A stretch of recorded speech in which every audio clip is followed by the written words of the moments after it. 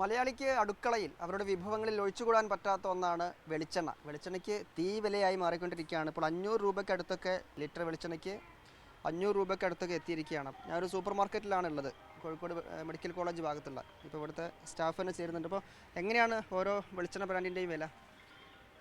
കേരയ്ക്ക് 419, കേര ഗോൾഡ് 480 വരുന്നുണ്ട്, KPL ശുദ്ധി 350 രൂപ. അങ്ങനെ ആഴ്ചയിൽ കുതിച്ചു വരികയാണ്.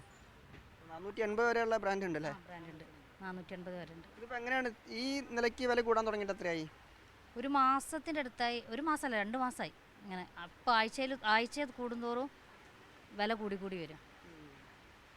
വെളിച്ചെണ്ണ വില കൂടുന്നത് നിയന്ത്രിക്കുന്നൊക്കെ മന്ത്രിയൊക്കെ പറഞ്ഞിരുന്നു. പക്ഷേ ഈ കേര ഫെഡ് പുറത്തിറക്കുന്ന, പൊതുമേഖലാ സ്ഥാപനം തന്നെ പുറത്തിറക്കുന്ന ഈ കേര വെളിച്ചെണ്ണയ്ക്ക് ഇന്നിപ്പോൾ 419 ഒരു ലിറ്ററിൻ്റെ വില. അതിന് 110 രൂപ ഒറ്റയടിക്ക് കൂടാൻ പോവുകയാണ്. ഈ നിലയ്ക്ക് വില വർധനയ്ക്കിടയിലാണ് ആ തീരുമാനത്തിലേക്ക് കൂടി കേര ഫെഡ് എത്തുന്നത്. ഇന്നിപ്പോൾ 419 ലിറ്ററിനുള്ള ഈ വെളിച്ചെണ്ണ അടുത്ത സ്റ്റോക്ക് ഇവിടെ എത്തുമ്പോഴേക്കും അത് 529 രൂപയിലേക്ക് കൂടുമെന്നുള്ളതാണ്. ഏതായാലും സാധാരണക്കാരെ സംബന്ധിച്ചിടത്തോളം വലിയ ബുദ്ധിമുട്ടിലേക്കാണ് കാര്യങ്ങൾ പോകുന്നത്. നമുക്ക് അവരുടെ പ്രതികരണങ്ങൾ കൂടി ഒന്ന് നോക്കാം.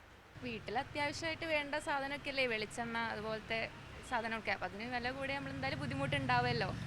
എന്നും വെക്കുന്ന സാധനങ്ങളിൽ വെളിച്ചെണ്ണ ആവശ്യമുണ്ടല്ലോ.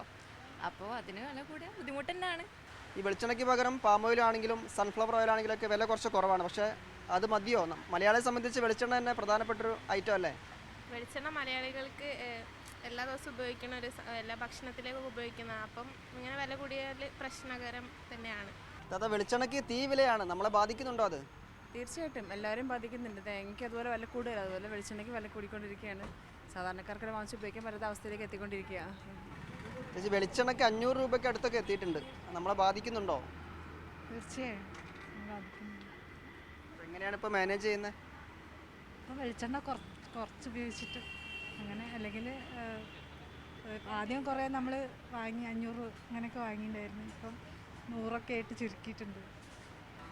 ഈ കേര വെളിച്ചെണ്ണയ്ക്ക് ഉൾപ്പെടെ വില കൂടാണ്. 420 രൂപയ്ക്ക് താഴെ ഉണ്ടായിരുന്നുള്ളൂ. അതിപ്പോൾ 110 രൂപ ഒറ്റയടിക്ക് കൂട്ടി. ഇനിയിപ്പോൾ 529 രൂപയിലേക്ക് അതിൻ്റെ കിലോ വില എത്തുകയാണ്.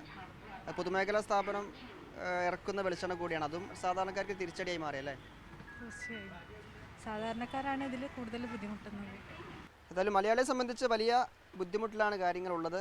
ഈ ബഡ്ജറ്റിനെ താളം തെറ്റിക്കുന്ന വിധത്തിൽ വെളിച്ചെണ്ണ വില കൂടിക്കൊണ്ടിരിക്കുകയാണ്. അപ്പോൾ തേങ്ങയുടെ ഉൽപ്പാദനം കുറഞ്ഞതും അതിൻ്റെ ഭാഗമായി കൊപ്രയ്ക്കും തേങ്ങയ്ക്കൊക്കെ വില കൂടി. അതൊക്കെ ഇതിനൊരു കാരണമാണ്. എങ്കിൽ കൂടി മലയാളിയെ സംബന്ധിച്ച് 500 രൂപയ്ക്ക് അടുത്തൊക്കെ ഈ വില ലിറ്ററിന് എത്തി നിൽക്കുന്നത് വലിയ ബുദ്ധിമുട്ടാണ്. ഇപ്പോൾ ഞാൻ നേരത്തെ പറഞ്ഞ പോലെ ഈ കേര വെളിച്ചെണ്ണയ്ക്ക് 110 രൂപ ഒറ്റയടിക്ക് ഈ വില കൂടിയ സമയത്ത് കൂട്ടുന്നു എന്നുള്ളത് പ്രതിസന്ധി ഇരട്ടിയാക്കുകയും ചെയ്യും. ക്യാമറ പേഴ്സൺ ജസൽ ബാബു പിലാശ്ശേരിക്കൊപ്പം മുഹമ്മദ് ഷംസീർ, മീഡിയ 1, കോഴിക്കോട്.